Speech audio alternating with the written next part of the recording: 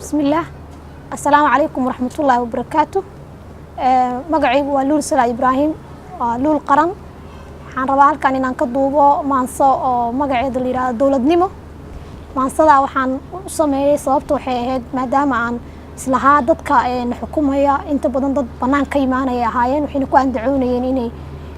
dimuqraadiyad iyo horumar inoo wadaan laakiin markay xilka qabtaan oo kale aad dareemayso inay yihiin dadka caburinaya marka waxaan ugu tusaaleynayaa sida dawladnimadu ay tahay sida aniga hal abuurkayga aan isleeyahay dabcan maasooyin badan ayaa dawladnimada laga toga tusaaleeyay laakiin ana hal abuurkayga ayaan ku muujin doonaa dimuqraadiyaan wada dadka baan xirxirayaa waa labaan isdooreyn diktaatoornimadan dagaal weyn la galayaa daqan inuu igaarana dulqaad uma lahaan karo waa labaan isdooreyn sidan anigu doonaayo hadduu maan ku diidaayo dambi baa ka dhalanaya darajo aad ku weynayso dawladnimadu qasab maaha dooqayga raac maaha dantayda fuli maaha durbaani qaraac maaha diiqa ka hor yimaadana dooxo xabaday maaha doodiisa diid maaha daqaroo waxyeel maaha dalkana dulaal maaha darisyada wareeg maaha dukumiinti doon maaha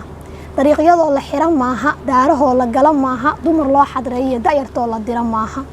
dalkoo la dhiso weeye dadkoo la simo weeye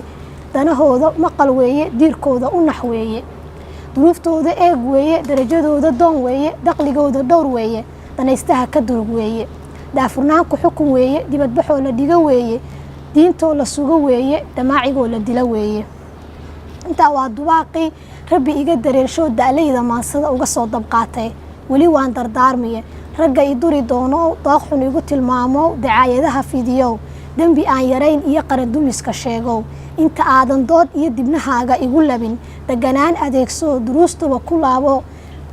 daliilka warkay iyo dawladnimadu waa maxaa loo daleeyahay daayin looga tuugaa doorkeed lahayd iyo waxaad daawan doontaa doog iyo xareed wacan anna waa diidaynoo door xula inaan ahay danta qaranka eegtoo u danaysa shacabkoo damiir wadani leeyahay dadweynaha dareensi